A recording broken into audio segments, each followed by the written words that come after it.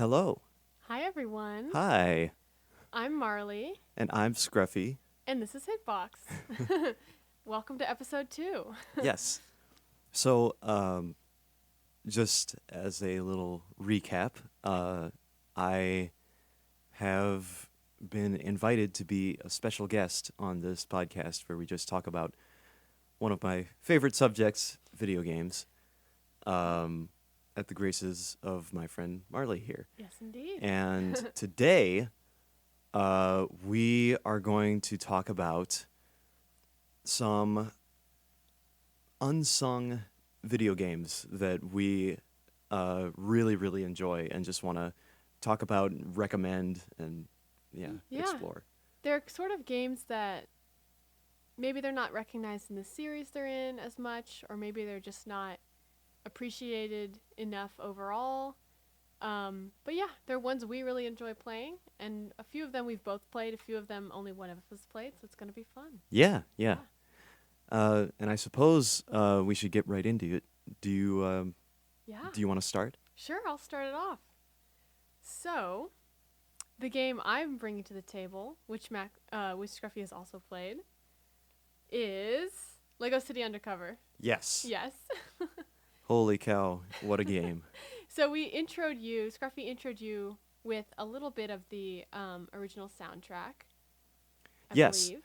Yeah, we theme. started with the police station theme, which is the hub for this world because Lego City Undercover is sort of a almost a Grand Theft Auto kind of setting where you play as a police officer who is on the hunt for this one particular very slippery criminal. Yeah, I've got a good sort of general synopsis for you that Oh, does not yeah. give anything away. Oh, perfect. Go right Yes. ahead. So you're right. It is kind of Grand Theft Auto. It is a little bit of LA Noire.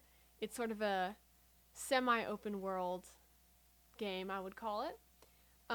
So the plot is, and I would describe genre-wise, it's a mixture of spy caper, police procedural, sitcom, and just general open world games. That sounds good, yeah. Which sounds about right. Yeah, that sounds about right. So the plot is Detective Chase McCain, which is just a fantastic name, returns to Lego City, which is a mixture aesthetically of East Coast and West Coast cities, most notably New York and San Francisco, after mistakenly letting slip the secret identity of an informant named Natalie Kowalski, who helped imprison a dangerous crook named Rex Fury. She believes Rex Fury is masterminding a crime wave from Albatross Prison. Yes, that's a Albatross. great pun. Yes. I love it. And the story ultimately unfolds in a series of cases that function as levels, much like L.A. Noire. Other notable characters include hapless assistant Frank Honey and former nemesis and current chief Marion Dunby. Wow. So it's fun. It's taking influence from a lot of different genres, and like all Lego games, it's totally goofy. Yes.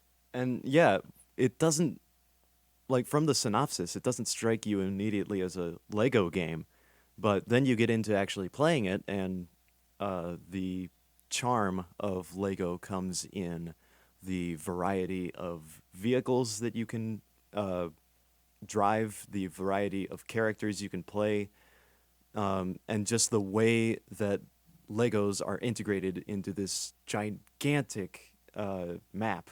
Yeah. And that's what most reminds me of Grand Theft Auto is that it's this huge island of a city, and I believe you said it's a mixture of what was it again? It's more specifically New York and San Francisco. Okay. But I found that it has a lot of architectural and name references to other cities. Yeah. But it honestly mostly looks like San Francisco with a little bit of New York. Like there's a Liberty Lady kind of. Yeah. And there's like some bridges from New York. But Yeah. you go over the Golden Gate Bridge. There's Albatross Prison. You do end up in like the Marin Headlands. So it's a really aesthetically the city is super interesting. The downtown area is really funny. You can go a lot of places. It doesn't have a lot of interactability with every location, but overall it's aesthetically, a super pleasing city to sort of run around in. Absolutely. Yeah. And it's a pretty large story. There's a lot of levels to it that play out similarly to how most Lego games organize their levels, in that you have a pretty strict narrative inside of its own little level layout, and you go through the whole thing. There are secrets to find, some of which you can't access without playing the level more than once. Yeah, I love that. Yeah, yeah, and um, yeah, those progress the story, and then you go back to this hub world. In earlier Lego games, like particularly for me, the Lego Star Wars games come to Yes. mind. You would go through those levels, and then you'd come back to this hub that doesn't really have much story to it. It's It's just just kind a of a cantina. yeah, it's just a Yeah. breath between those levels. Hmm. The cantina for sure. Yeah. Yeah. Um, but in this game, you go back to this enormous city where there are so many things to do. There's so many little quirks that make this area fun and make you just want to keep exploring and finding more. Um, Remind me, is there a map? I believe so. I don't think it's the reason I call it sort of like semi-open world Mm. is because there's sort of like unlike Grand Theft Auto or LA Noire where you can enter and sort of interact with every portion of it. Yeah. It feels like there's this main world you can drive around in or walk around in and people you can bump into and things you can break and rebuild. But then when you enter a level, the level becomes its own isolated world. Right. Which Right. is interesting. It's a little different. It's probably more like more of a classic open world RPG thing. Like if you go into a door, it creates a new area. But I don't believe they have like an overworld map. I think you follow like ghost coins Yeah. when you're driving. Yeah, that's right. Which is actually fun because I Oh, find right. myself looking less at like charting where I am and more like trying to explore the terrain. Yeah. So it's kind of a fun and a great thing about Lego games too is you never have to worry about like breaking like realism Yeah. because it's Lego. It's so Legos. You're not going in expecting this to look or feel like you're in a real world. Right. Right. It's yeah. It's a Lego playset. Yeah, It's meant to super. be imaginative, and not everything is made of Lego. Mm-mm. The characters are all made of Lego. The vehicles, which you collect, like every vehicle has a name, and I love uh, collecting encyclopedic things like that. Yes, But as but we talked about last week. yes.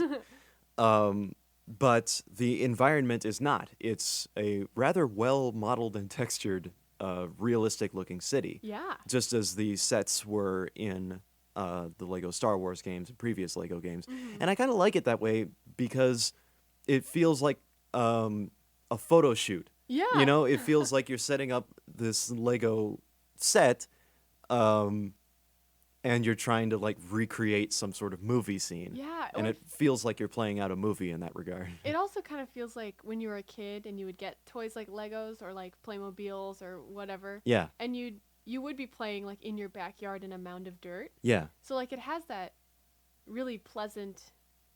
You're right. Like it's almost like toy photography, yeah, where yeah. it's not taking you out of the experience at all, but it's giving it this sort of nice meta feeling. Yes. Yeah, it's wonderful.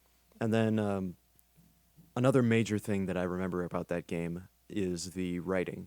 Yes. So the writing is super funny. Yeah. It's very self-referential. It's very. It's It very references- silly.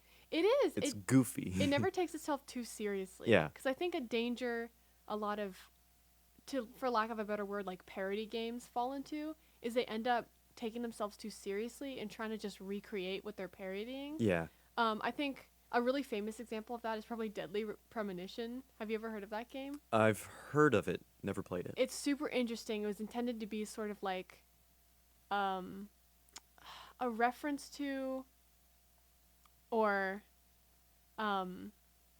tribute to Twin Peaks. Yeah. And also a parody, but it ended up being like just completely weird and it didn't hit the mark and it became like this cult classic for being very bad.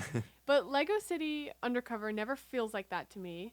Yeah. And I think this Lego games really succeed in this a lot because most of them don't have dialogue.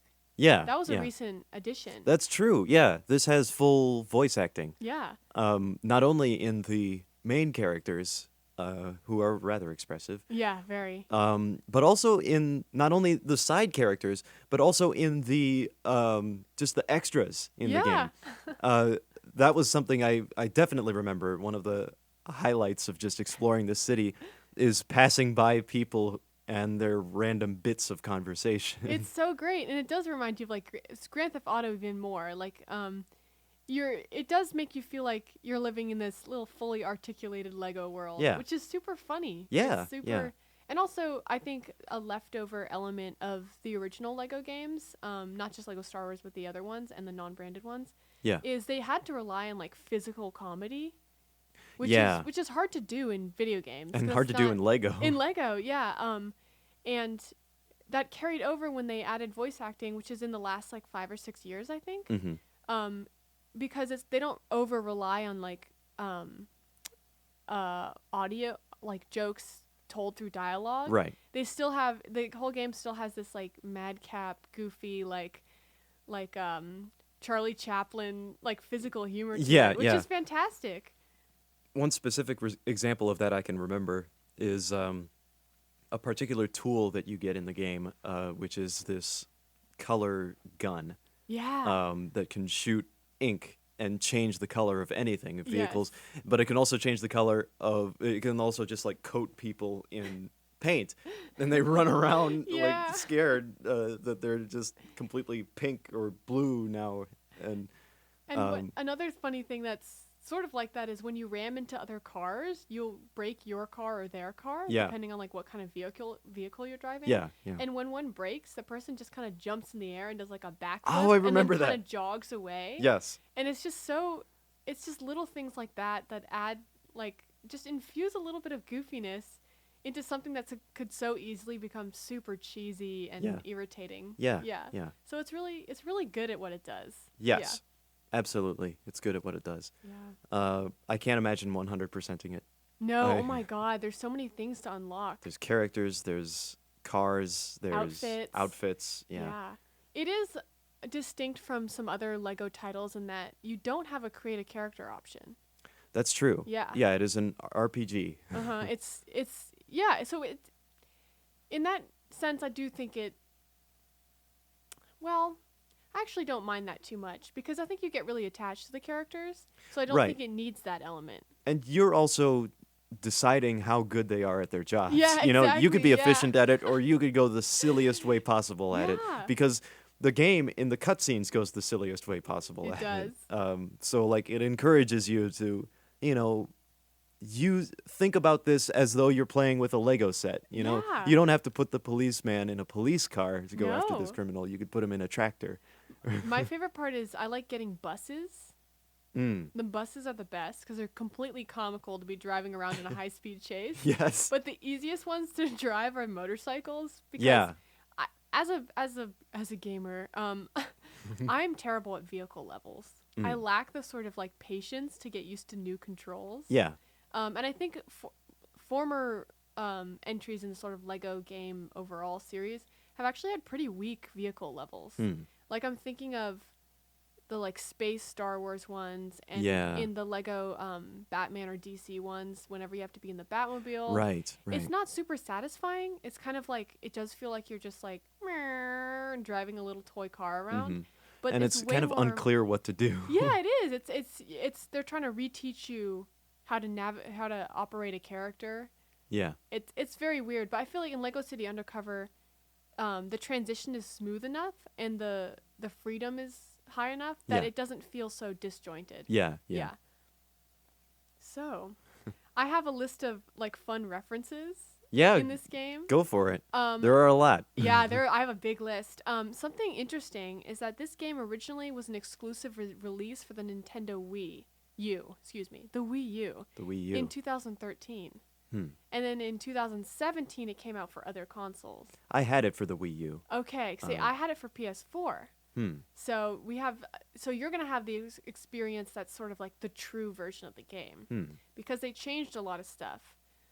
Notably, though, multiplayer didn't really evolve much until they introduced other consoles. Yeah. Like they sort of straightened things out.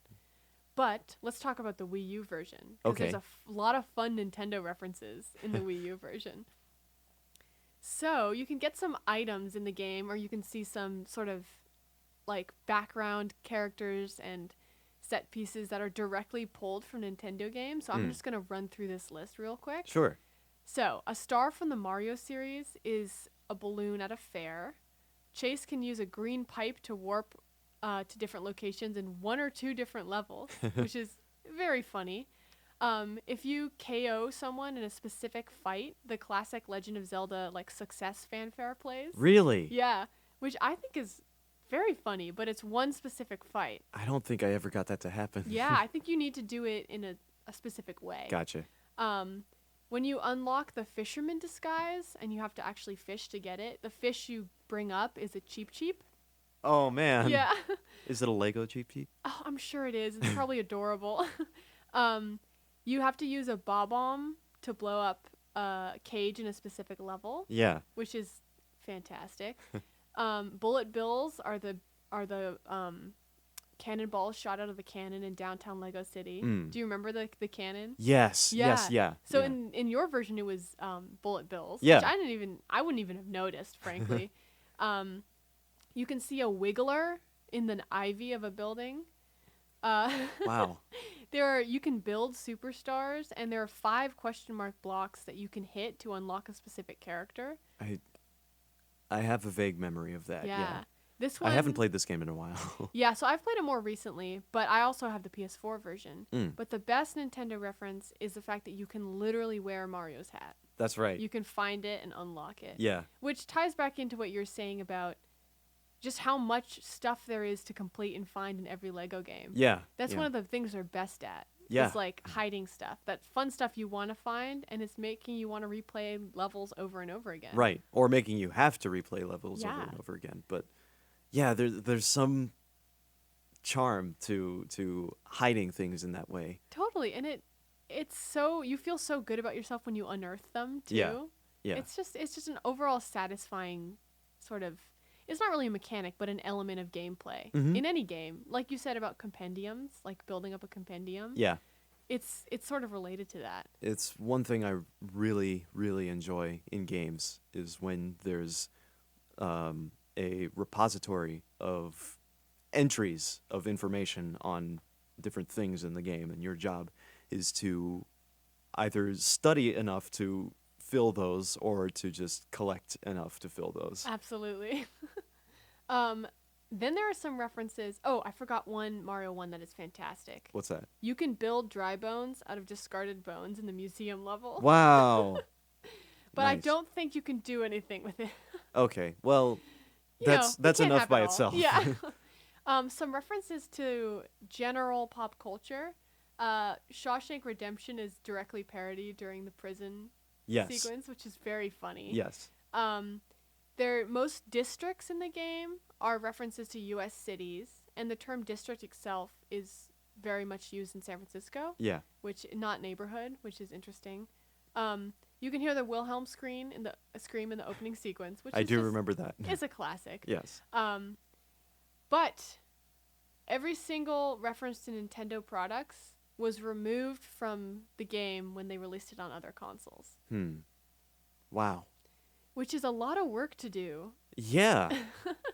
Yeah, because you just ran through every reference in there, and Yeah. to have to specifically remove all of that, did they replace it in any way, do you think? You know, I'm not sure. I'd have to go back because when I played it, I didn't even know there were Nintendo ones in it. Mm-hmm. But there are also much smaller other references throughout the game. Like, another one is if you're in the hub, sort of the briefing room of the police department, Yeah. you'll see references to, or you'll see people walking around that look like famous detectives. Huh. So, like, there'll be references to Sherlock and Watson. You'll see them walking around. Yeah. And then there's a character called Horace Cone, who's a parody of Horatio Kane from CSI Miami. Interesting. So there's a lot of, like, I guess more, Cop show references. yeah, you like know? general pop culture, but it's still very specific. So I'm wondering if in the console versions that aren't Nintendo, if they replace them with similar references. Right. Because that could be the case, or if they just took them out entirely. Right, right. Yeah, we'll have to play it again to Yeah. see. Yeah. Do you have anything you dislike about this game? Hmm. Because I can think of one thing I really didn't like. You go ahead, I'll Yeah. think. We've discussed this. There's one level in the game that I think is an example of the rare, poorly designed Lego game level. So it's pretty early on, and you're scaling a building to chase, believe, bank robbers. Yeah, Yeah, you've lost some of them, and you I have to kind remember of that. collect them. And one of them goes into this big building that's sort of under construction, and you have to climb the building and chase him down. And this seems like it's a really good, like, sort of chance to make a super interesting level that you Yeah. might not get to play out usually. Yeah, yeah. And it would be a really great level, except, and this is something Lego games usually excel at, it does a really poor job of environmentally signaling to you what you can interact with and what you can't. Mm. Because, as you mentioned, like, Lego games are a mixture of realistic textures and, like, very well done Lego Right. looking thing, like Right, plastic, right. basically. So I just thought that was interesting because that's a challenge that we know Lego games come up against anyway, Mhm. which is like, how do we indicate what you can touch and what you can't? Right. And usually that's a matter of making something out of Lego Yeah. that makes it distinct. Exactly. But this building has no natural element to it, so it was all made out of Lego. Hmm. So it was just, it didn't take me out of it so much, but it was enough that I was playing 2-player with our friend Roy, and it was just really frustrating because it took us a long time to figure out really simple things, and I think it's easy to let, like, one level fall through the cracks in Yeah. terms of environmental design. Right, right. But in particular with Lego games, it's not something that comes up that often Yeah. because there's that inherent element of Lego means interactable and real life means not. Yeah. So, Yeah. yeah, that was my one real complaint, honestly. I don't think I've played it recently enough Yeah. to remember my complaints with it. Do we want to theorize about why it went kind of under noticed? Yeah, that's an interesting problem. It was developed around the time of the Wii U, right? Mm-hmm. Yeah. Well, That could be it. yeah. Unfortunately, the Wii U it never quite hit its marketing quite Yeah. right. And a lot of people expected more than it delivered. Mm-hmm. And yeah, that may have been a reason that it went underplayed. I think also it occupies a weird space where it's a not necessarily more adult Lego game, but it requires a different set of sort of game knowledge to play, Yeah, because the rest of the Lego games are super linear, and you do come back, you have a hub, and then you have specific levels you go to. Yeah. There's not really any moment where you can choose what to do next. yeah, yeah. Whereas this game is adding in that element, and I think that might have turned off the interest in the main, the target group, I would assume, which is like kids. Because for me, playing this game comes naturally because I played games like L.A. Noire, Yeah. where yeah. maybe that's not the case if you're like 10 and you've only ever played other Lego games, which is interesting. A related problem I could see with that is that previous Lego games have had tie-ins with stories that Yeah. everybody knows and You're- everyone is that's excited to do. Like, 100. I want to be Luke Skywalker, you know? Yeah. I want to go through that story because I know what to do next. I want to do that next. Mm-hmm. In this story, it's Lego City, which is a product line by Lego, but it's not tied into these really well-known stories. So No. they had to do a lot more work to convince you that this Yeah. character is worth rooting for. Yeah, and I feel like I can see this game really appealing to like hardcore Lego fans. Yeah. Which is an enormous like subculture that's really talked about and is really interesting. Mm-hmm. And this uses like sets, quote unquote, like digital versions of sets in game that Yeah. have been existing in real life for a long time. So I'm sure that's an element of excitement, but I think you're 100% right in that it doesn't have a name brand recognition to it. Yeah. Yeah. It's like when Disney makes horrible live action remakes and then their original content gets sort of unnoticed. Yeah. It's in that same vein, even though the Lego name brand ones are fantastic as well. I've enjoyed almost every single one I've played. Absolutely. But yeah, I do want to say one funny thing that I always point out whenever I talk about this game to people Sure. before we finish. The main character, Chase McCain, looks like a Lego version of Leon Kennedy from Resident Evil, and I think it's incredibly funny. Oh my goodness. That's so. It's just, I think it's humorous, and that's just what I'm gonna say on the topic. Yeah. Yeah. All right. Do we want to move on? Sure. What's your first one? My first one is, it's not really an unsung game. I do think it gets less attention than it ought. Yeah. And those of you who already know me and my YouTube channel, Scruffy, you'd know that I'm all about this game. Yes. This game franchise. It's Pikmin. Pikmin, for me, is a hidden gem of a video game. It's again, it's not really. It's one of the more well-known games that we have on our list right now. But it's sort of a niche series when it comes to Nintendo games. It gets brought up here and there, but the games have been very few and far in between. The news about it also few and far in between. And yeah, I'd just like to take this time to give it some attention. Yeah, I think it could count as a cult favorite even. Right. Yeah, absolutely. So I'll go ahead and set it up. Sounds good. It has 4 installments and sort of it has 3 main installments, 1 spin-off for the 3DS, and then another iteration that I'll get to in a bit. The original game came out for GameCube in 2001, Pikmin. And it's the story of this astronaut who is about the size of a quarter. His name is Captain Olimar. He hails from a alien planet, and he is just traveling through interstellar space one day when this asteroid collides with his ship and sends it hurtling down onto this uncharted planet. But you wake up at this site where your ship has crashed and split into the chassis, which you have, and then 30 missing parts that have spread throughout the landscape.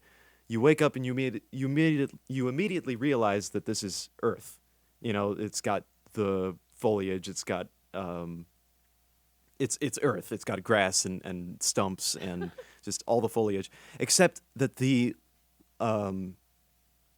creatures on this planet are not Earth creatures as we would know them. The first one that you encounter is this alien race called Pikmin. Olimar names them Pikmin. He discovers them. They are these half plant, half animal little hybrids. They're very cute. They're They even look smaller. Like little turnips. Yeah. He notices that they're similar to carrots. And he actually, when one gets created, it comes from this spaceship, which Olimar calls an onion, because it just looks like an onion with a flower on top, with standing on these 3 stilted legs. And the flower pops out a little sprout. It burrows in the ground. A leaf pops out like a little plant, and you pluck it, and out comes a Pikmin, Oh my like a gosh. mandrake, you know? Oh, truly. And they're so cute. They follow you around. You can pick up and throw them to have them interact with the environment, and then you can send out a whistle to call them back. And you can grow them. You cultivate them. You have them either pick certain flowers called pellet posies that have these little pellets on them, or you have them dispatch more hostile creatures and bring the remains of those creatures or the pellets back to the onion. Oh. And using the energy from that, the onion will produce more Pikmin. And that's how you grow this army, this little army of Pikmin. And then eventually you come across one of your missing ship parts. It's the engine. The first one you find is the engine. And the Pikmin are able to carry it back to the ship for you. So they carry it back. The ship absorbs it and gets the engine back, so that you can leave the planet overnight. And that's when these nocturnal creatures come out. And if any Pikmin are not in your command at the end of the day when these nocturnal creatures come out, they will be eaten Oh dear. because they can't survive on their own. They need your leadership. And that's the rest of the game. That's the rest of this first game, where you just expand the area that you can search for ship parts and just explore this very condensed map that's no larger than like a tiny garden. And you just find the missing ship parts and have the Pikmin bring them back. And you come across more powerful enemies, the designs of which are just impeccable. They're amazing. They're based off of Earth creatures, but none of them are Earth creatures. They're all fictional. I like the sort of implication, because you mentioned that it's Earth basically, Yeah. or it feels like Earth. Yeah. I like the implication that since Olimar's so small and the Pikmin are even tinier, that it's happening on Earth on a very small level. Yes, Like yes. in someone's garden. Oh, yeah. That's really charming. The level map is tiny. Mm-hmm. It's this little illustration of just a landscape, but it's only one landscape. You know, Yeah. this could all be going on within one human city. Yeah. But you find no traces of humans. You'll find like maybe little hints of artifacts they left behind, but you find no specific traces of humans in Interesting. this game. You just find these indigenous creatures. And all of them behave around the idea that you have to throw Pikmin at them, because Pikmin will grab onto them and start smacking them with their leaves on their heads. That's how they attack. But you'll get these creatures like, there's this one that's pretty common. It's called a Bulborb.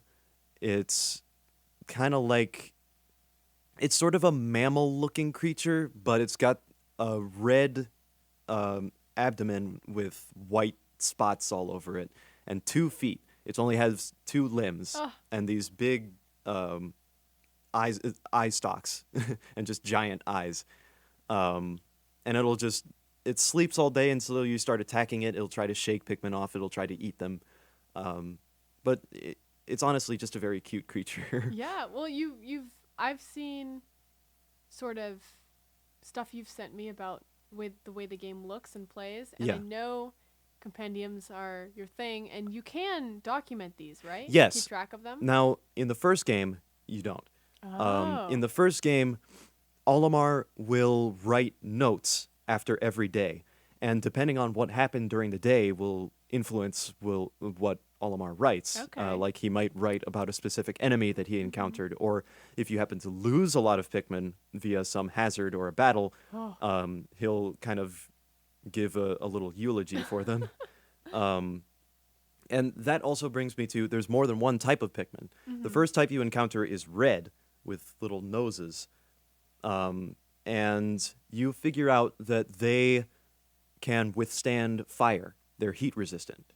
And there are fire hazards to be aware of. There's one creature that just looks kind of like a vacuum bag. It's a little pig, and it's called a blowhog, a fiery blowhog, and it will blow a little spout of fire at you. Oh man. So you have to keep other types of Pikmin out of the way of that. There's also yellow Pikmin, which can be thrown much higher, and blue Pikmin, which can swim. Other Pikmin cannot swim. And that's really interesting. Water is always a big threat in these Pikmin games. Interesting. Other Pikmin will just drown in them. Like it's akin to taking care of ants. You That's know? funny because ants do have the ability to cling to each other and like work as a team. Yeah. But these plant-animal hybrids, they don't do so well in water, especially on their own. You can amass up to 100 of them Whoa. and take them around. And you can multitask. It's encouraged that you have some Pikmin on one task where they can handle themselves, like breaking down a wall or something. And then you take another group and like go explore another path. And that way, even though in this game you're only one captain leading all of this team, you can be efficient about it, and you just have to make sure that you round all of them up before the sun sets. Would you equate this game then more to like a what are they called? The games where you manage something. Oh, there's a specific word, definitely. You manage something. Yeah, Like, give an example. like Sim City, Mm. where it's Okay, that's kind of a god game. yeah, it's less. I guess less that, but more like you're still It's a real-time strategy game yes, for sure. strategy Yes. game. Absolutely, It that's is what I an was trying to RTS say. game through and through. Yeah, I think that's Um, interesting, especially with the setting and the plot line. That's not a yes. it's an unusual Oh, yeah. route to go. Leave it to Nintendo, you know, Yeah. to imagine this world where, yeah, it's an RTS game, but at the scale of ants. Yeah, because I could see this going as like it could have been a generic platformer, but it isn't at all. Right, Yeah. right. Um, so yeah, you do have you do have resources to manage, and those are your Pikmin and your time. Yes. Every day lasts about 13 minutes, and I should mention in the first game, you have 30 days before Olimar's life support systems fail, Oh, and he Jesus. succumbs. He succumbs to poisonous oxygen. Holy. Oh, he can't breathe oxygen. He can't breathe oxygen.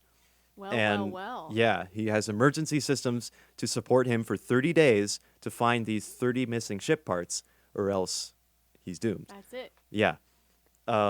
So a lot of people say that the first game is one of the more difficult ones. Yeah, we love time challenges, meaning we don't love time challenges. Yes.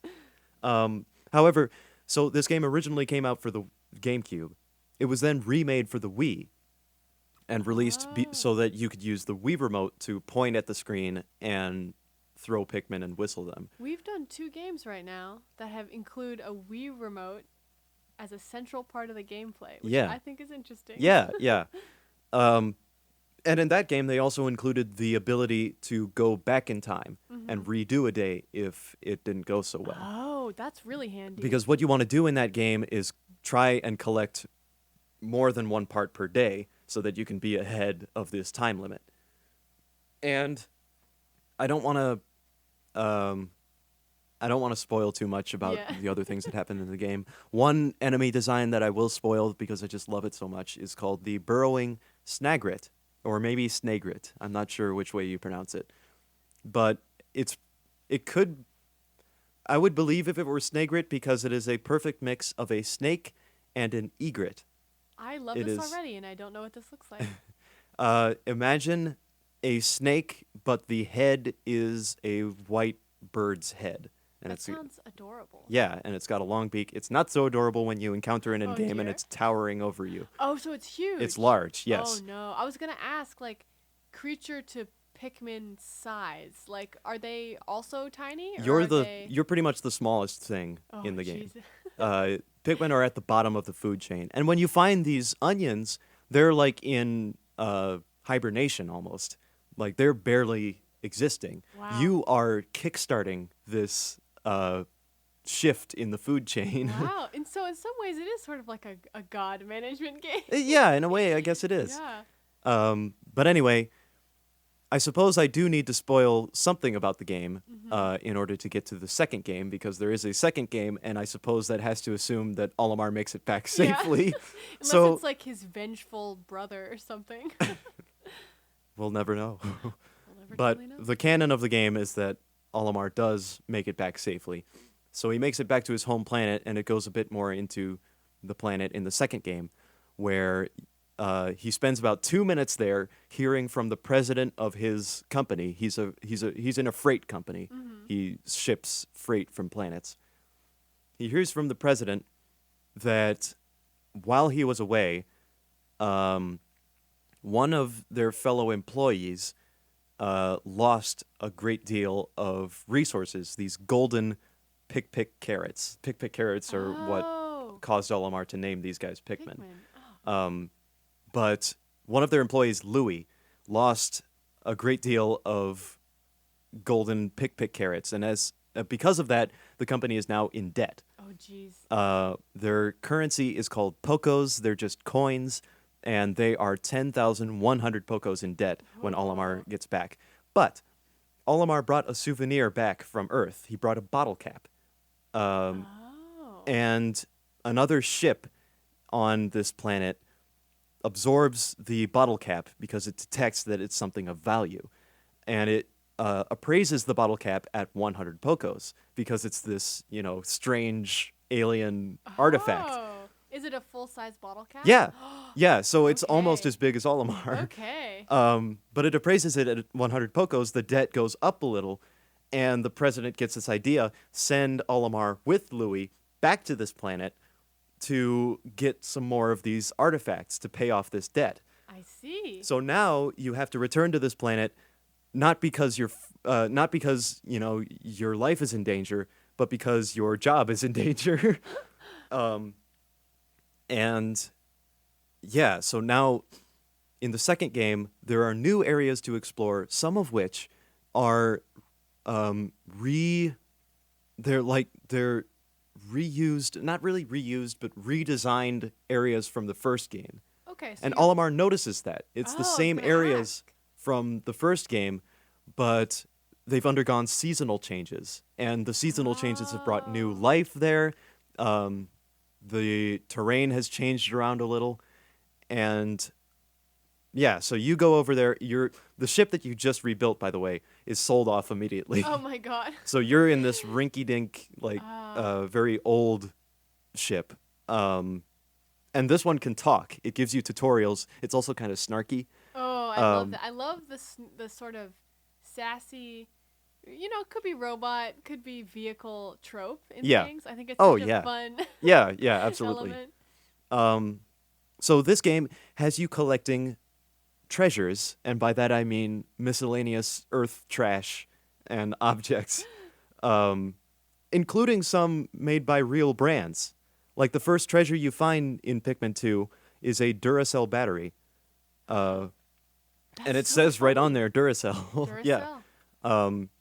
So this is my favorite type of product placement, Yes, I think it's the only good kind of product placement. where the product is kind of being put in this fun, almost ridiculing situation, Yeah. because Olimar has no idea what these objects are. Oh my god. He writes journal entries about all of them, trying to figure out exactly what this is. And the ship tries to give them all appealing product names so that they'll sell well. Oh my god, this is really funny. Yeah, Yeah. it's got so much charm, and that's why I want to put it on this list of hidden gems, because there's so much value to this game. Pikmin 2 has a lot of content to it. It's a big game, especially because they include caves in this game that you can spelunk to gather more treasure and face harder enemies.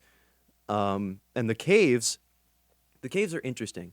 They, unlike the predetermined maps above ground, the caves, apparently according to a very powerful magnetic field, have randomly ordered terrain. So they've got Oh. it's modularly built. They have these little modules of terrain, and they organize them in a random labyrinth fashion. So it's like within the game, there's this miniature roguelike portion of Exactly. it. Yes, So it's exactly exciting. like a roguelike. Yeah. You enter. You are time above ground stops again because of the magnetic field thing, and you don't have access to the onions. So you have to bring Oh. in the right group of Pikmin for the job, and go into this cave, and you can't come out unless you drop everything that you had or you find a safe way to exit, which Oh is my usually at the gosh. end of the cave. So it's a gauntlet. Yeah, Yeah. it's like a roguelike. But I like the idea that it's within the context of a bigger game. Yes. Because it explains why it's like that. Yeah, Like yeah. this is an isolated environment where this is the case. Yeah. And I think it relieves a little bit of the stress. Because I can see myself being like, I can handle this. It's Wait one till you portion of the play. game. I mean, yeah, there's no time limit, but it does not relieve the stress Oh, because that's boy. where all the big bad enemies like to Yeah. hide. I like how many different elements of management there are. Yes. I like how it's not the same activity over and over again. Yeah. Which games like this kind of fall into that trap a lot. And something especially interesting that this game adds, Pikmin 2 is like an extremely experimental game. It experiments with everything the first game had. Now you have two leaders, Captain Olimar and That's Louis, true. so you can split up tasks even more. Now you have these special berries that you can collect that aren't of any monetary value, but they can give you power-ups. Like, they can be converted into a spray that causes your Pikmin to move extra fast. Or Oh. another can be a spray that freezes enemies in their tracks. It adds a two-player mode. In fact, two different two-player modes. There's a cooperative one where you and a friend just take on caves together. And there's a competitive one Oh my gosh. where you and a friend are on this battle map and you're trying to collect more treasure than the other. Oh, that's and excellent. if your Pikmin meet, they can like battle to the death. Oh my god. So are you playing as Olimar and Louis? Yes, Was it? yes. Oh my god, that's fantastic. Yeah, Is yeah. it sort of implied that that's something they're doing for fun on the side? I don't think so. 'Cause I that think would they're be just wild. completely different. That's now that you mention it, I never thought of that before. Yeah, they're just wasting the president's time at that point. Yeah, 'Cause I love that. another thing about this game, I have to mention it. One of my favorite parts. It's the reason Pikmin 2 is my favorite game of all time. Every enemy is listed in an encyclopedia called the Piklopedia. Olimar writes notes like not just any notes, they're like biological notes on this creature as though it were a real animal. Yeah. And it gives each one a binomial nomenclature. Oh, that's It gives each fantastic. one a family, and it's where I learned a lot of English words. Oh, wow. Because I played this very young, and there were some words that were beyond my vocabulary. A learning experience. Yes, Yeah. absolutely. And then every treasure not only has notes from Olimar, also eventually it has a sales pitch from the ship. The ship is trying to sell people these alien artifacts. That's so really funny. yeah, it's so funny to see a real brand of product, a real object, being talked about by these two characters that have no idea what it is. Oh my gosh. It's like an extra level of revealing how ridiculous marketing is in a lot of Yes, ways. yes, absolutely. Oh my The game gosh. is very what's the word? Satirical. Yes. The game is very satirical. I think satire is an underused element in games. Yeah. I think this kind of ties back to what we were talking about before, but games either take themselves too seriously or think they can't be serious at Yeah, all. yeah. And I think satire is so great and charming and useful when it's done right. Yes. And I think it's just So, underused. yeah, I hope I've convinced those listening that this ant-sized real-time strategy game with a satirical level of writing and multiple different play modes is a hidden gem. It's worth Yeah. digging up and playing. What more could you want? There is another release, Pikmin 3, for Wii U. It was one of the launch titles with Wii U, or at least one of the early games in its lifetime. And it brings back Olimar and Louis, but they are no longer the playable characters. They are other Oh. characters. And it introduces the three new characters from a different planet called Kopai, which, by the way, the original planet was Hokitate or Hokitate. This one is Kopai. They are both names that come from addresses for Nintendo offices. Oh my gosh. But Kopai has these three... It's very Nintendo. Oh, yeah. Very Nintendo. Kopai has these three explorers that... whose planet is running out of edible food, edible matter. This makes me nervous. They've got a hunger crisis.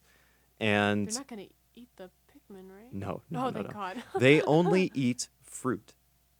Oh. They need, or at least they only eat anything that contains a compound called Pictamin U, which I find kind of ridiculous, but Yeah. sure, game, whatever. Sure. Um, Go for it, you know. And they find traces of it in the fruit on Earth, or as they call it, PNF 404, because it's an undiscovered planet, and also Oh it's a my reference to God. page not found, Oh my 404 God. error. Nintendo. But they go there, and meanwhile, Olimar and Louis are there, and shenanigans ensue. But this game it includes like a lot of polish to ideas that were introduced in the last two games. It's very short. It's a bit more linear than the other games. The other games are about exploring an area, widening the amount that you've searched, and Pikmin 3 is about that, but eventually it leads you to a specific boss, which brings you to the next area. So, like, the storyline is a bit more linear. I like the idea that you have 3 games in the series that could cater to everyone's interests. Yes. Because they vary greatly, it seems like, in Yes. plot, the way they're played, and just, it sounds like the way they feel when Yeah. you're Oh, playing them. yeah. Yeah. Also, Pikmin 3, I should say, is one of my favorite games graphically. Oh. The environments that they portray look like macro photography. They are amazing at conveying plant life, textures on just all around, animal design again, and especially, and this is weird, water design. Ooh. The water in that game is real water. I That's assume fantastic. that in order to create the water in the game, they just went to the nearest lake and dipped a syringe, put it in the CD, because the water, it ripples in real time, including when Oh, you move man. through it. Yeah, it refracts. It's beautiful. I've talked to a few people about this, but a way to determine, like, how good the graphics are, and I'm not someone who really cares that much about, like, resolution, like, in graphics, I think style is more important. Yeah. But a way to date games and to also see how much attention and care was put into world building in games, like Yeah. environmentally, Yeah. is how they do water.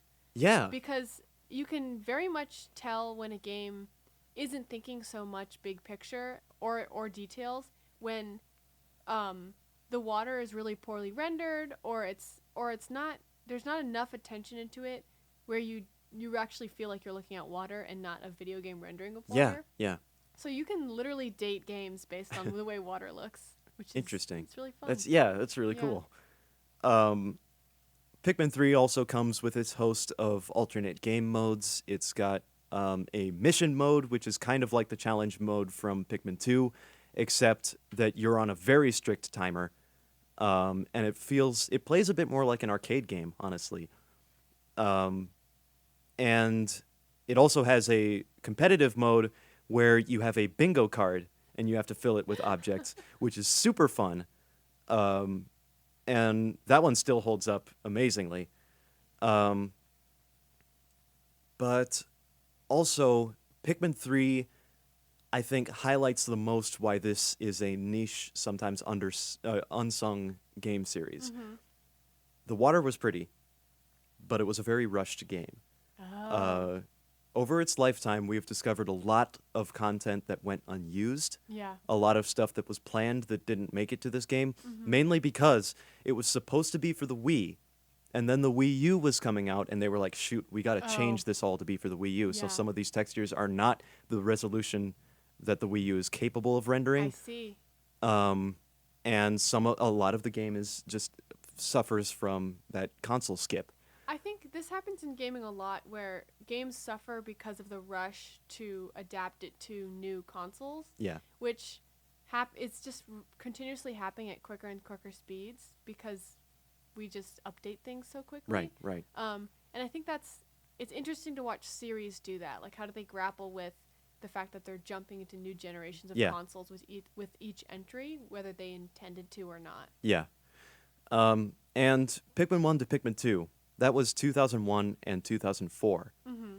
Pikmin 3 Oh, boy. came with the beginning of the Wii U, which was 2013. Yeah. So that was 9 years Yeah. that they put into thinking about this game, trying to develop it, and then at the very end having to rush the rest of it. I mean, this sounds like a classic case of, like, we got locked in development hell, Yeah. and then we had to rush into a new. But it sounds like they didn't fail.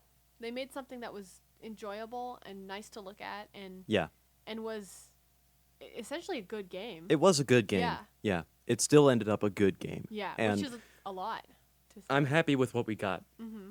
Because there's still value in replaying it, trying to be more and more efficient. Now you have 3 leaders that you Yeah. can split up, and playing the alternate game modes, because now they implemented world records, and Oh. stacking yours up against the world and how fast you can collect all this stuff. It's really cool, Yeah. and it's a very polished Pikmin experience. I will say that for what it is. After that, there was a spin-off game called Hey Pikmin, which, like, an interjection. Hey Pikmin for Hey the you, 3DS. Pikmin. It was a side scroller. It played very differently. I haven't finished it yet. I have it. I have barely started it yet. Interesting.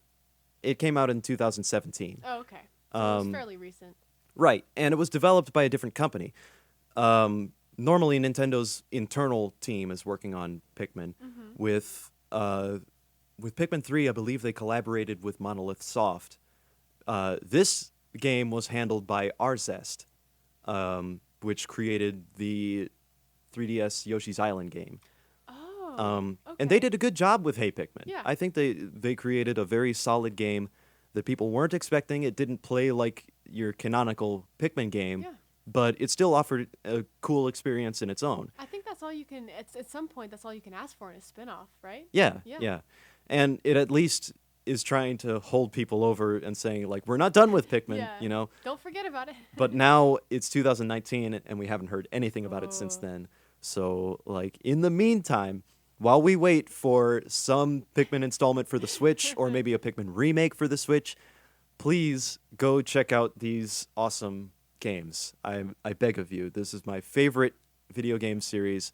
I want to make more content on my YouTube channel about it, and I already have made a lot and met a lot of people from Mhm. talking about it. Yeah. So, yeah, it's definitely worth checking out. Well, you heard it here first. So for the rest of the episode, I think we have some other games we really love. Yeah. We're gonna be a little more abbreviated with it. But we've got like two more each, I believe, big ones that Yeah. we're gonna talk about. And then we've got a list of other ones that we're not sure how hidden they are, but they're definitely gems, They're and we need definitely to gems. Yeah. we need to list them. Yeah. So I guess for my next one, my next more abbreviated one, I'm gonna be going all the way back to the year 2003. Ooh. Picture it's 2003. You're in the basement of your parents' house, and you're sitting with your siblings on that big chunky Windows computer, and you just got a box set, probably at, like, I don't know, a garage sale or something, or a gift, and it has every single Tycoon game that's come out in it. Oof. You're Wow. living. Yeah, That's the the best Tycoon day of games. your Oh my life. goodness, what a throwback. So I am not talking about everyone's favorite roller coaster tycoon. I am Yeah. not talking about everyone's second favorite zoo tycoon. This is hidden gems. This is hidden gems. I am not even talking about the fairly poorly rated Moon Tycoon.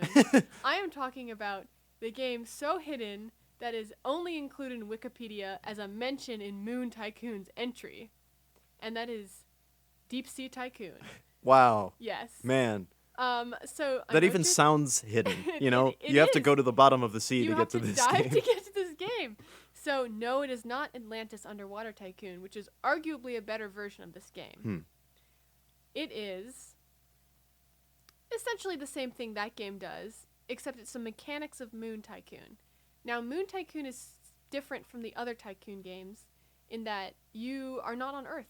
You do not have oxygen. Right. So with Roller Coaster Tycoon and Zoo Tycoon, there's sort of like an inherent anarchy in it, in that, like, no matter what you do, people are going to walk around and still interact with your stuff, and you can mess with people that way. Like, Yeah. you can build roller coasters that go at such high speeds that they launch people into the air. Right, right. You can let the lions loose in the zoo, and they'll maybe eat some people. Who knows? You can do the most chaotic things possible, Yeah. and still, at the end of the day, come out with a profit margin. Yeah.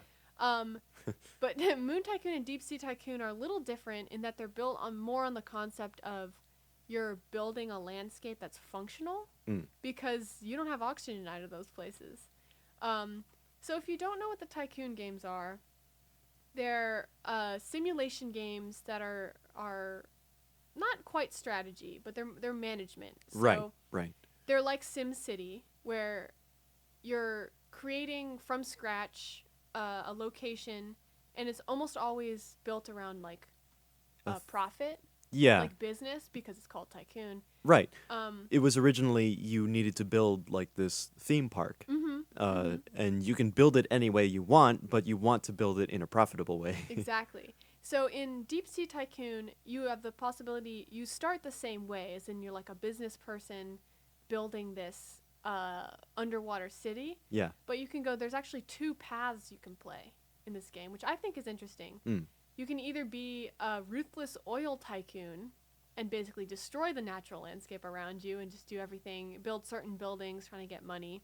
Hmm. Or you can play as a route as an environmentalist, which means you use different buildings and you have different sort of heights you're trying to reach for profitability, which is interesting. It's not something that really comes up as much in the other Tycoon games, which Yeah. are, again, more chaotic. Hmm. And I think it gives it this game in particular a different sort of feeling. Yeah. Like when I was a kid playing this, I definitely felt more zen playing it. It felt more like I'm controlling this and less like, or not like I'm controlling it. It felt more like I was playing it and less like I was putting down pieces and Right. seeing what fell over.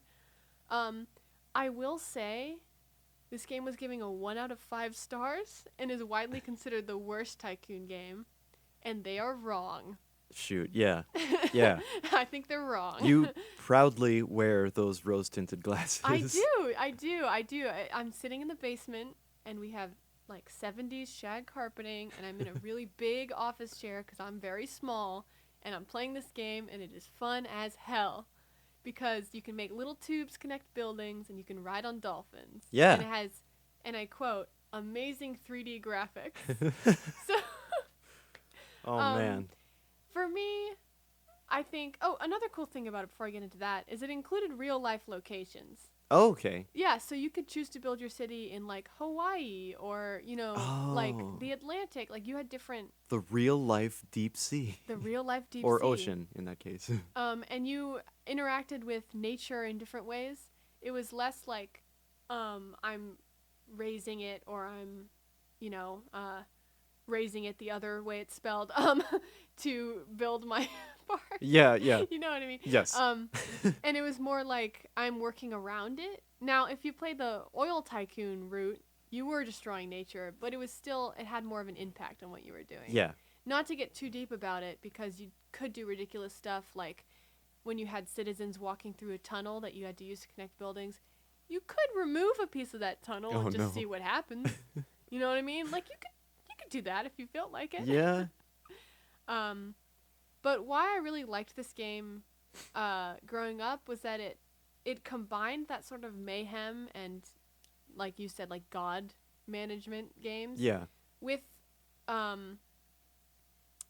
the satisfaction of trying to build something functional. Mm-hmm. So that's something that more like SimCity had. Yeah. Um, yeah. So it was sort of like an interesting mixture of like relaxation and stress. I need to get this done. Like the most stressful simulation game I can think of is City Skyline, and this is not like that in all. It was at all. It's very organic feeling and goofy. Yeah. In a way, all the Tycoon games are. And I am gonna keep looking through those rose tinted glasses because I'm sure this game, if I played it now the same way I played it then, I'm sure it is nowhere near as good as I'm remembering it. But it's really fun when you're a kid because you feel like you're in control of it, but also that you're learning something, and Right, you're building yeah. something that you can be proud of. You're managing something. You're keeping Yeah. track of something. And Exactly. that's a really important thing to feel, especially when you're younger. Yeah, I think it's creativity, but it's also teaching yourself cause and effect. Yes. you Oh, know? yeah. Yeah, so it's for better or for worse. Mm-hmm. I think it's a lot more charming and sort of quirky than other Tycoon games, like Moon Tycoon was, because it's not on Earth. It has an element of sci-fi fantasy. Like, who doesn't want to live in Atlantis? Like when you were a kid. Like, it's the best. It sounds Yeah. so great. Gonna ride on a dolphin? Yeah. That's yeah. crazy. Of course I want to do that. Absolutely. Another thing I liked about it is the architecture. Because they can get... I mean, you have played, like, Roller Coaster Tycoon and stuff. Yes. Very little. Yeah. It was a long time ago. Yeah, But I played it a little. I feel like most people around our age at least brushed against it, like in their childhood. It was Yeah. very big. At least all of us wished we could play it. Exactly. In those games, and also in like games like the lesser known School Tycoon and Zoo Tycoon, you know, Yeah. the buildings are sometimes humorous in that they look like the function they're trying to perform. Like, what's a good example? Like, there's a school building in School Tycoon that looks like a giant pencil or something like that. Oh, Or the okay. lemonade Yeah. stands that look like a giant glass of lemonade. So it's funny. It keeps in this sort of charming nature. But I thought that Deep Sea Tycoon actually was cool in that the architecture was so different than these buildings on Earth Tycoon games. Yeah. It's goofier. It doesn't have any sort of like foothold in reality. Yeah. Yeah. And it just makes it a more enjoyable thing to play, especially when you're a kid, because it's a little more escapism. Yeah. It's like your own little world and pretty fantastical, and it made me never really want to break it as much because I liked this different thing I was making. Yeah. It wasn't like, oh, this zoo is gonna be crazy. I'm gonna light shit on fire. Like, you know, it was more sweet in a lot of ways. Good. And it had that classic element of all Tycoon games of mixing strategy with humor. Yeah. Which I like. That's funny. We've kind of talked about that twice now too. Yeah. Yeah. That's a good point. And Maybe actually, that's just the type of games we're into. yeah, I guess that's three games in which you're trying to convey humor without necessarily dialogue. Yeah. Yeah, it's a whole different beast to contend with. Yeah. Absolutely. Yeah, and it added a little bit of difficulty in that, like, you did have to add these tunnels, so it did have to be more functional.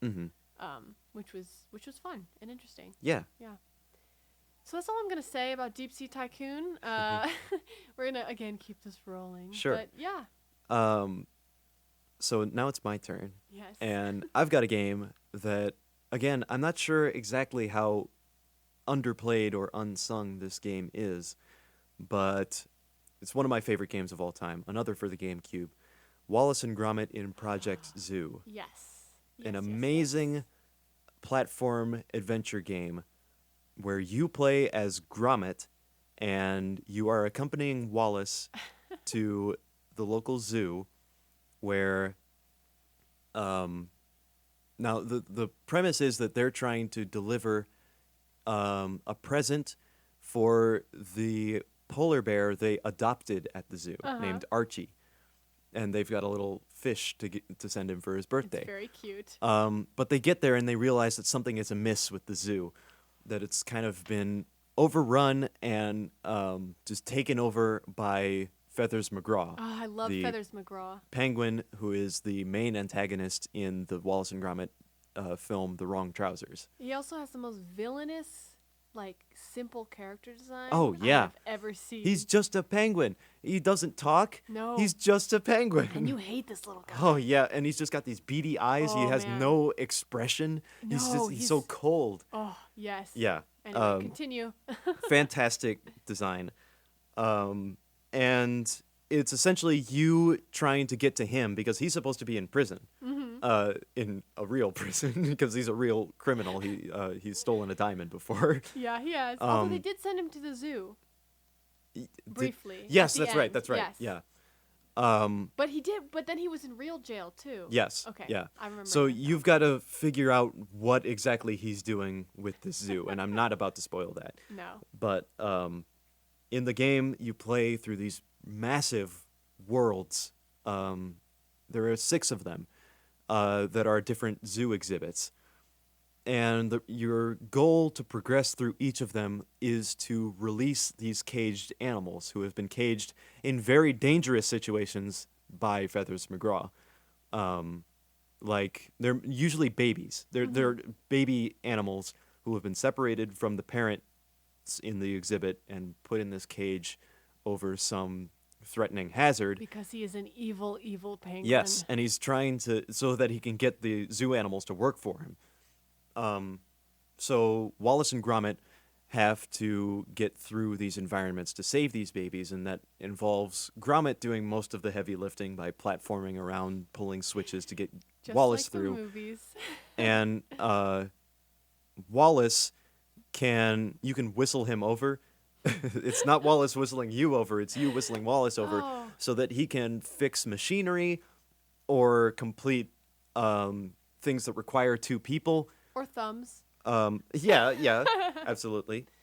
Um, and yeah, it's a fantastic game. And if you Yeah. just go through the story, um, it'll take you a little while, but it's not too bad. It does get pretty difficult. It is a Mhm. challenging game, I will say that. The platforming gets very challenging, and that's not because of platforming shortcomings. Like, that's not No. because of the controls. It's because the game is designed well. It's got a good difficulty curve.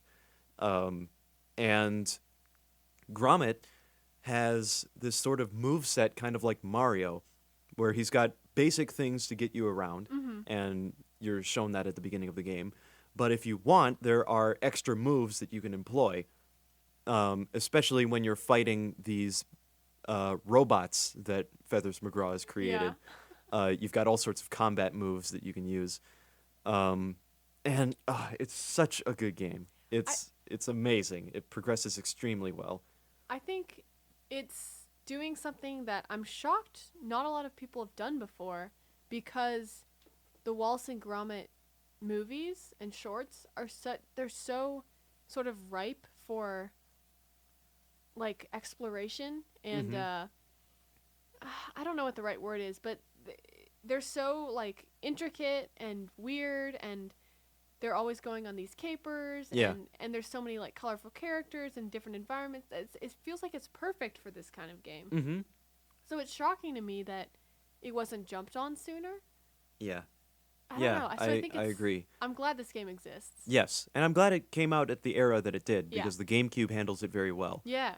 And the environments are large. There's also usually 20 or 30 secret coins in every Ah. area that unlock uh, clips from Wallace and Gromit shorts and Oh just my like behind the gosh. scenes commentary and stuff like that. See, that's fantastic. Yeah, the and going for those is an amazing challenge. There are little like puzzles or games worked into each environment to get coins, and there are also little bonus levels that you can access just by finding secret passages. And the bonus levels are my favorite part of the game. It's just Gromit and just a platforming experience. It's kind of like the secret levels in Super Mario Sunshine, where Oh. you'd enter a secret passageway, your flood would get taken away, and it's just Mario platforming in this void. That's kind of like the bonus bean room in the Harry Potter games. Yeah, In a little bit. yeah, Kind of. yeah, yeah. Yeah. And in this game, it's just Gromit in basically a void. Like it's unconnected from the main. It's almost dreamlike area, and it's just platforming and experimenting with platforming ideas. And it plays kind of like a Mario game, That's but you great. do it for the coin, and you get out, get back to Wallace. Wallace has all this charming dialogue. The music is really good too, and yeah, it's just all around Yeah. fantastic game. That's such a those are such big shoes to step in, because Wallace and Gromit is, well, it's one of my favorite just things of all time. But Yeah, like, it's so unique and so loved and so just clever and funny and different, that it's amazing to me that not only did they make this game that was very good and unfortunately a hidden gem, yeah, but they did a like good job on keeping the feeling of Wallace and Gromit in it, yeah. because it's a very specific thing that not a lot of people have imitated well. Right, Yeah, right. There's a charm to it in the absolutely. in the humor. In they do a good job of. It's kind of subtle, but they do a good job of keeping it looking kind of claymation. Yeah, Um, and yeah, there's just this. I don't know what to call it. It's not really dry charm. it's British. It's British. It is. There's a very British charm to it. It Yes. is indeed. And that is not lost in this game, but it does provide a great challenge, um, and a great afternoon, or a great couple afternoons if you want to run through the story, but a good long time if you're looking for all the coins. And we might call it a grand day out. Ha Yes. ha ha ha. I'm very funny. Great. Yeah. So, highly recommend that hidden gem. And now, I suppose we're going to go through a couple other games that we really enjoy, aren't talked about a lot, but that weren't as large a part of our childhood, I suppose. Yeah. So these are just like big recommendations. Yeah. And some of these are a bit more accessible. You know, they're not GameCube games. I do have Uncharted Lost Legacy on this list. Yes. I can go into it in a little bit of detail if you'd like. Sure, yeah. So Uncharted Lost Legacy is a standalone DLC for Uncharted 4. So recent, much more recent than these other ones. Yeah, much more, yeah. It features fan favorite characters Chloe Fraser and Nadine Ross Yes. as they scout India for the Tusk of Ganesh. So this is the first and only Uncharted game not to feature Nathan Drake, which probably has a little bit to do why I think it's a hidden gem. It's, as far as I know, isn't super considered like even a part of the series. I think people still see it as a spin-off, despite the fact that it picks up like directly after Uncharted 4. Yeah. It takes 7 to 9 hours to play, so it's technically a full-length game. It was $40 on release unless you already owned the like complete edition. And the plot of it basically is Chloe Fraser enlists the help of Nadine Ross, who's this renowned mercenary, and you come across both these characters in the other Uncharted games, to help keep the Tusk of Ganesh out of the hands of a war profiteer. Chloe's father, an archaeologist, was obsessed with this artifact, and Nadine and Chloe unearth the artifact's more mysterious powers and have to stop it from plunging the region into chaos. So the reason I think this is interesting is that the Uncharted 4 and the other Uncharted games play kind of like not quite Indiana Jones, because they're really more rooted in sort of the adventure aspect of it rather than the fact that, oh, maybe there's mysterious forces. Yeah. But for this game, they went back to the idea of like, there's something strange going on, and these artifacts do have mysterious powers, and they used Chloe's character specifically to design that. Yeah. So she's very different than Nathan Drake. He has a really exact moral compass. He has a specific play style. It's humorous. He's very much an Indiana Jones type character. Yeah, absolutely. He's a little more chipper, but you know. But Chloe is not. She has a little more darker outlook. She's a little more sort of grounded in reality. She's a little more ruthless. So the game definitely feels like that. And both of these characters don't play sort of straightforward good guys in the games that they're in. So this game is really interesting that it's Uncharted, but it feels really different. And the developers implemented that when they designed the game. Yeah. So the environments feel different. The play style is completely different because you've only ever played as Nathan Drake. So when you play as Chloe, you're doing different things. So it really does feel like a different game. Yeah. And I think it's underappreciated for that region. It's much more spontaneous and sort of dangerous than the other games. Yeah. It also is the first one to not focus on a historical figure or myth, and it focuses instead on a region. Right. And Chloe's family is from this region, so it feels like it has more stakes. It feels more like it's in the real world. It hits closer to home. Yeah, and it's less national treasure, and it's more like, like, I don't know, just darker and not grittier. I wouldn't call it grittier. I suppose the threat feels more real in that Yes. situation. Yeah. Definitely. And something interesting, the last interesting thing I'm going to say about it is that it features the biggest open world portion of any Uncharted game. Oh. So like the middle portion of the game, you're looking for these temples and you're in this car and you're playing as Nadine and Chloe. And you can do it in any order you want, and it really does feel open world in that moment. Yeah. So it's a mixture of formats, because the Uncharted games are pretty linear and pretty cinematic. Yeah. Especially in the way that they're structured and the way the camera moves for you and the way they're funneling you into the story. So the fact that there's this big open world portion is completely different. Yes. And it feels different, and I really like that about it. Yeah. Because it's like you're in a different franchise. but it has tie-ins to the old one, if Right. that makes sense. I distinctly remember that open world section of the game because there's a waterfall at the edge of it. Yeah. And I always, my brother and I always wondered, like, can you drive off of that? Yeah. No, surely you can't. Surely there's a wall there. But we tried it once, Mhm. and it gave us this little cutscene of them falling Yep. off, and it resets you. And It's but pretty funny. yeah, I do think, and I thought the same thing about the other Uncharted 4. I haven't really played the other ones.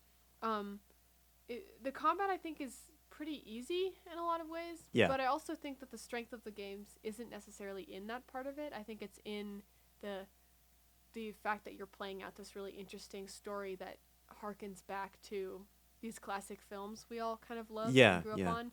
But it's changing it a little. It's changing the narrative, which Mhm. which They're I enjoy quite a bit. they're definitely trying to put in cinematic moments. Yes.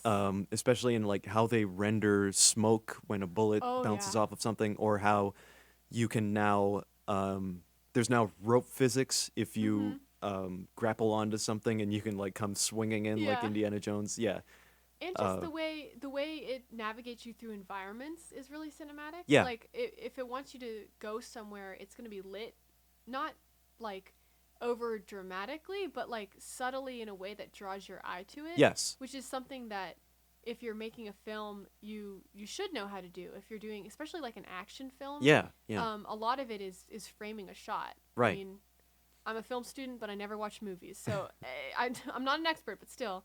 I think it does that really well.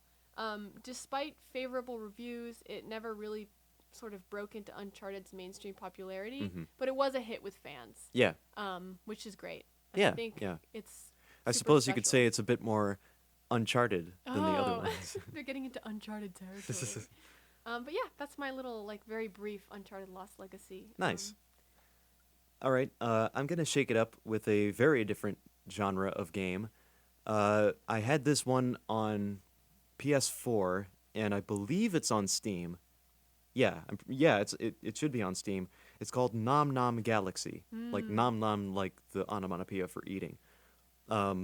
This game it plays a bit like Terraria, where you're in a 2D environment and you are mining resources underneath you.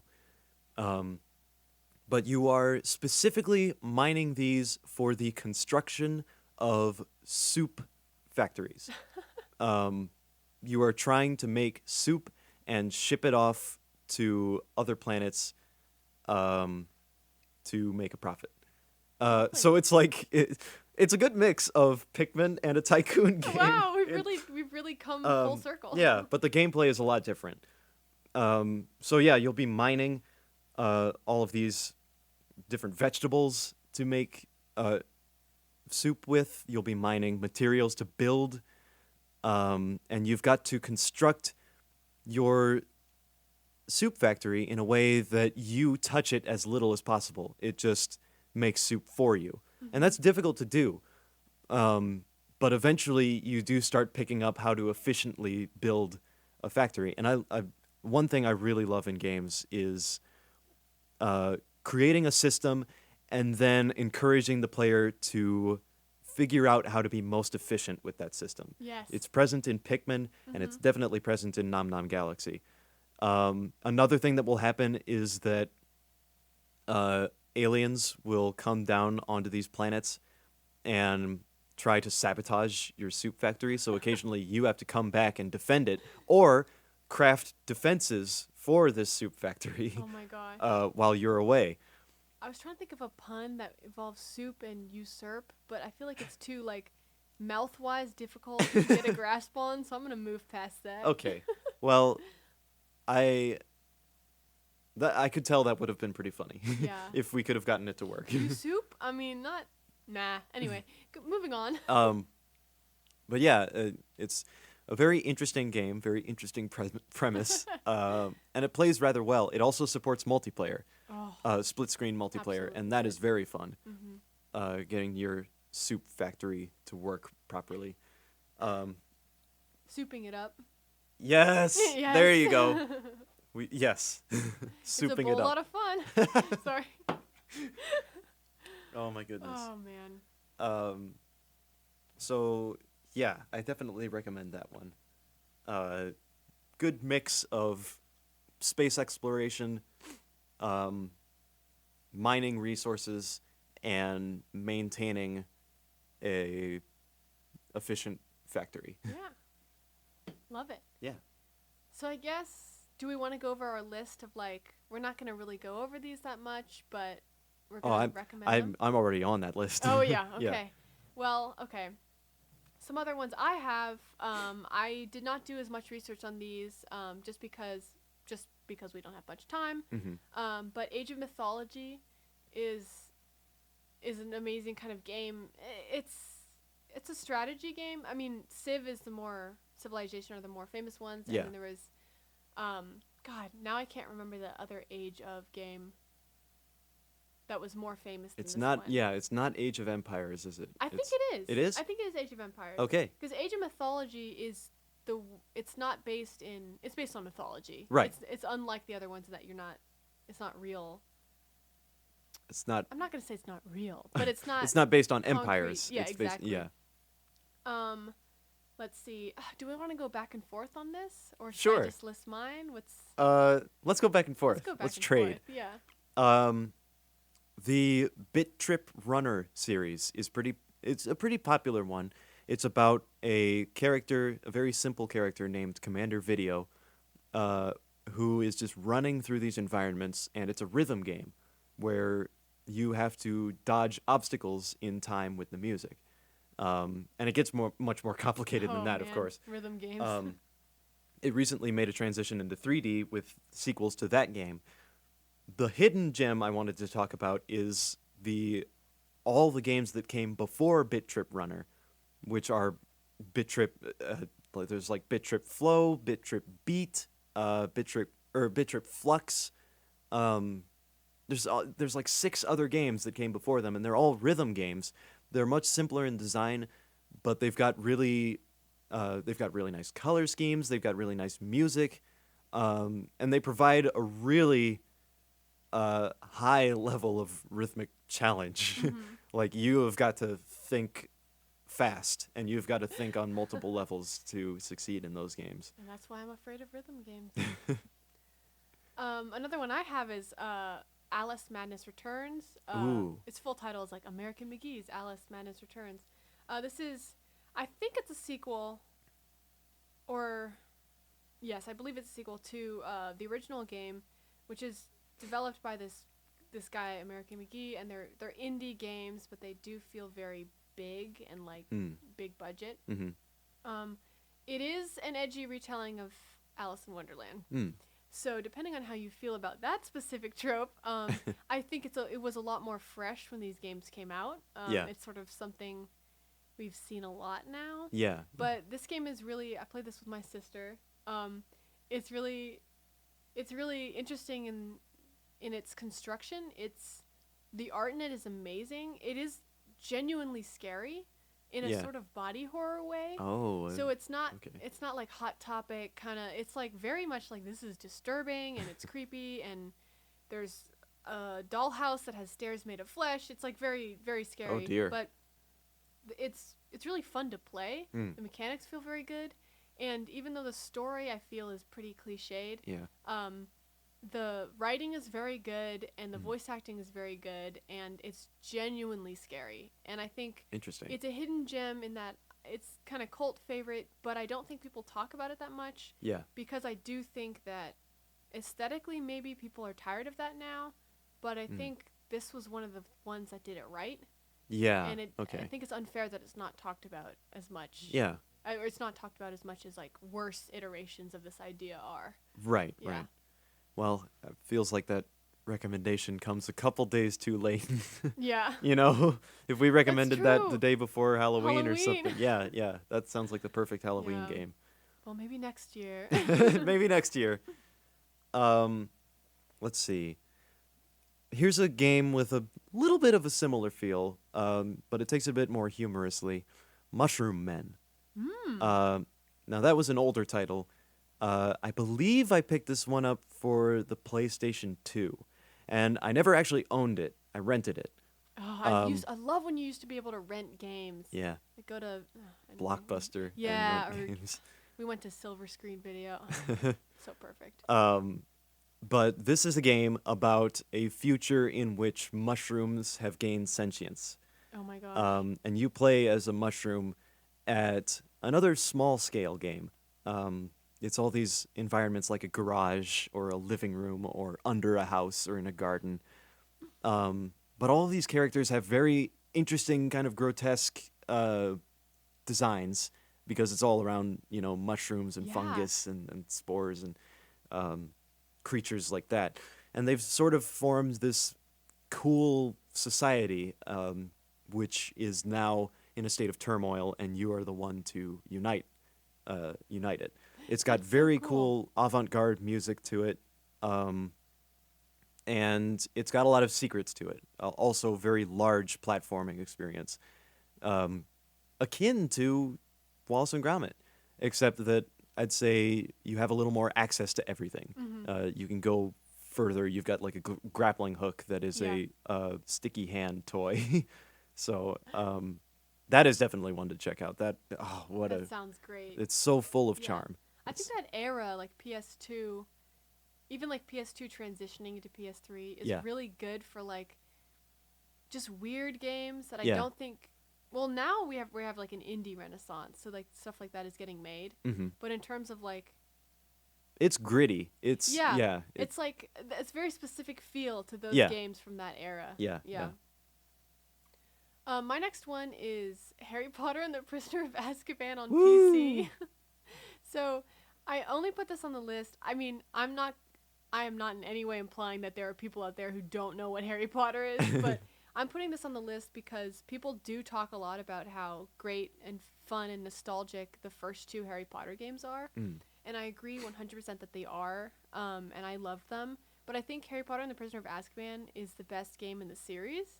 And I think it is totally underrated, and I think people don't talk about it because it's just like the third Harry Potter book and movie. It's sort of like a transition from the first two, which were kind of charming, and then into the later ones, which are much darker. Mm. And I haven't really interacted with Harry Potter at all since like middle school, Yeah. but I still think about this game and how fun it was and how like it was treating things a little more seriously. It didn't have like the giant Bertie Bott's beans, but it was still super weird and different, and it was also different enough from the books and the movies Hmm. that it was its own thing entirely, because the first two were more based on the books, and then the late ones after Prisoner of Azkaban were pretty much just straight movie. They were just all from the movie. Yeah. The castle looked exactly like it is in the movie. The characters look exactly like they do in the movie. But Prisoner of Azkaban was sort of the halfway point between the two. Mm. My favorite thing about it is that you could cast a spell. The great thing about these games is that you learned spells and you could trace them with your cursor if you were playing on PC like me. Super cool. And they were like elements of puzzle solving throughout the game. And it's very exciting when it's not based on the movies, because then you truly don't know, or the books, because you truly don't know how to solve this puzzle. It's not like you can pull back on, and name brand things fall into this Yeah. sort of pit. You can't pull back on like, I know what happens next, so I know how to solve this puzzle. Oh, okay. The best thing about this game was there was a spell that I believe only Hermione could use that could turn you into a rabbit. Mm. And you could use that rabbit to go into little holes and explore these like deeper parts of the like levels you're playing Yeah. that you couldn't even look at when Oh. you were a human. Yeah. Interesting. And it was super fun and just completely different and goofy, and I think that specific mechanic is something I missed a lot in later games. Yeah. Because spells were not things you learned anymore. Yeah, They were like yeah. buttons you pressed. Yeah. I gotcha. And I just think that entry is really overlooked, and I think it's worth playing if you really remember fondly playing the original like Harry Potter games, which a lot of people do. Hmm. I think that's when people should revisit more often. Yeah. Excellent.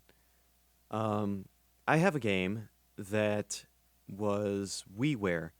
It was on the Wii shop, which unfortunately now is no longer around. I believe a sequel is on the 3DS shop. Hopefully. Is that Um, still around?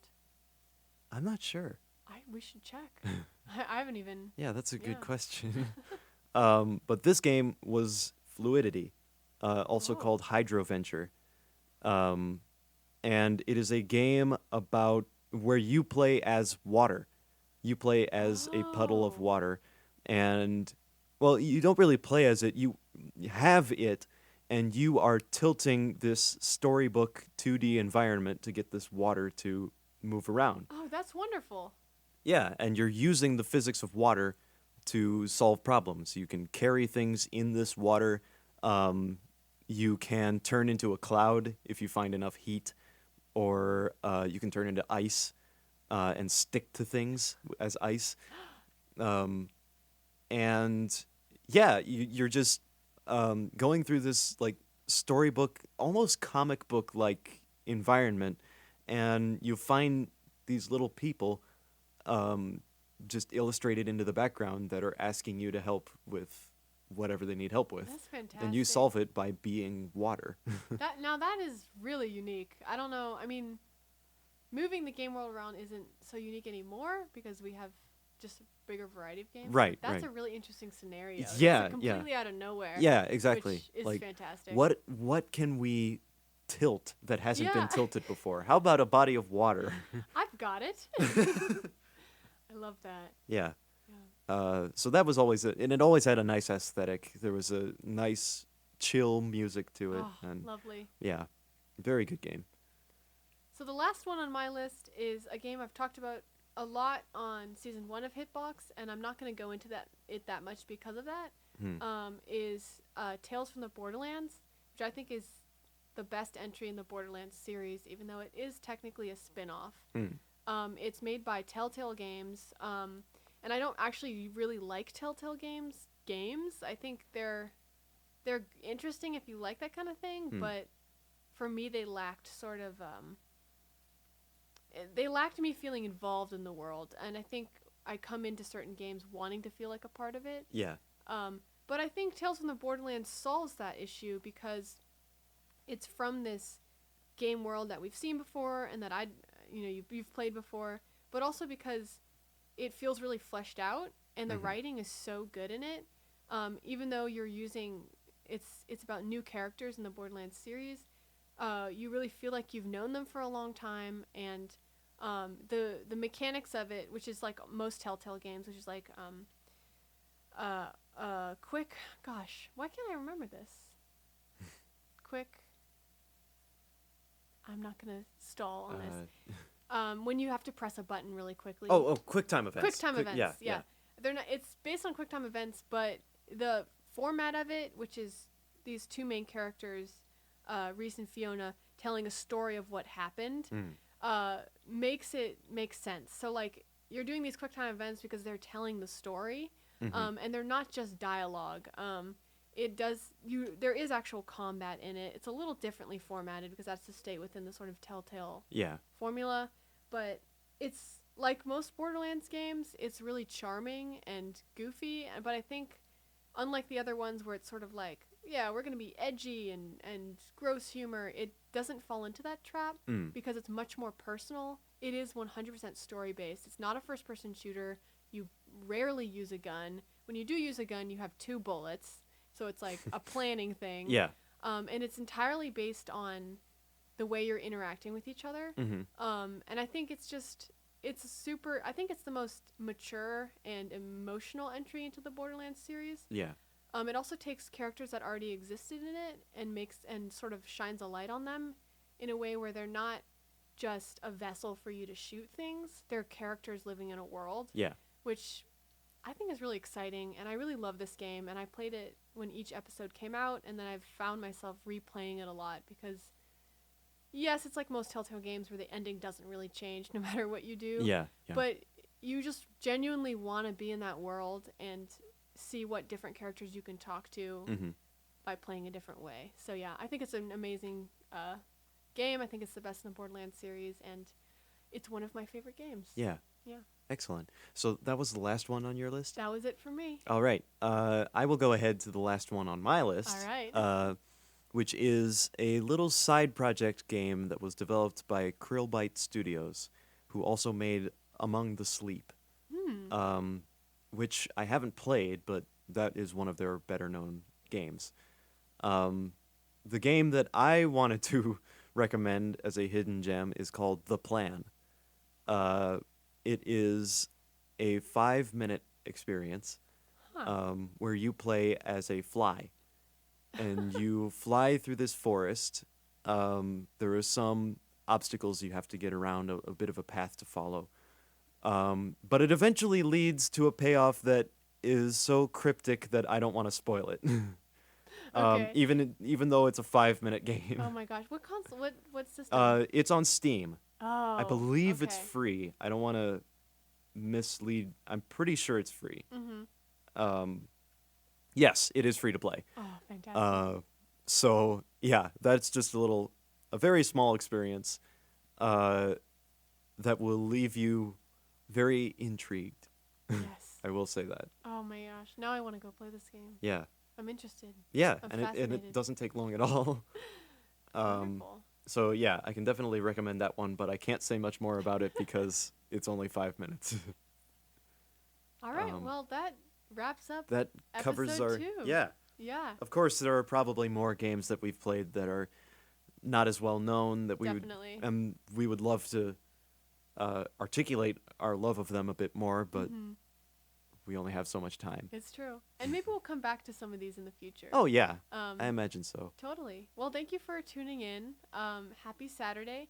Just a reminder, we're only doing Saturdays the last 2 weeks because um, of scheduling conflicts, including holidays. We had um, there was Halloween, everything was happening. Right, right, So we're actually going back to our Friday spot right. next week, Friday 7 p.m. To 9 p.m. Same time frame. Yes, But from then on, we'll be doing Fridays. So we will not see you on a Saturday again, unless something comes up last minute. right. And we will be uploading these to SoundCloud soon. That isn't set up quite yet. You can listen to season 1 of Hitbox on SoundCloud. Yes, If you go to KCIA on SoundCloud, we have a little playlist set up. It's me and Mandy, the other host, yes. who is studying abroad right now. So thank you for tuning in, and I guess we'll see you next week. Yeah, absolutely. Thank you very much for listening. Yeah. And Have a wonderful rest of your weekend. yeah, wait. We gotta play some. We gotta play you out. We gotta play you off. What should we choose? Ooh. There's a lot of good games with a lot of good music There here. truly are. Oh, man. Because we opened with some Lego City Undercover. Yeah. Do you mind if I? Let's see. Let's close with some Pikmin music, Let's if you go don't with mind. some Pikmin. Yeah, let's do it. Let me look up a good entry. Yes. I got one. So this is a tune from the second game. It's the third area in the game that represents summer, Wonderful. and it's like a sprawling pool that used to be a bathroom, and it's Oh all my God. overgrown now. It's called the Perplexing Pool, and we'll play you off with that. Yeah. Thank you for listening.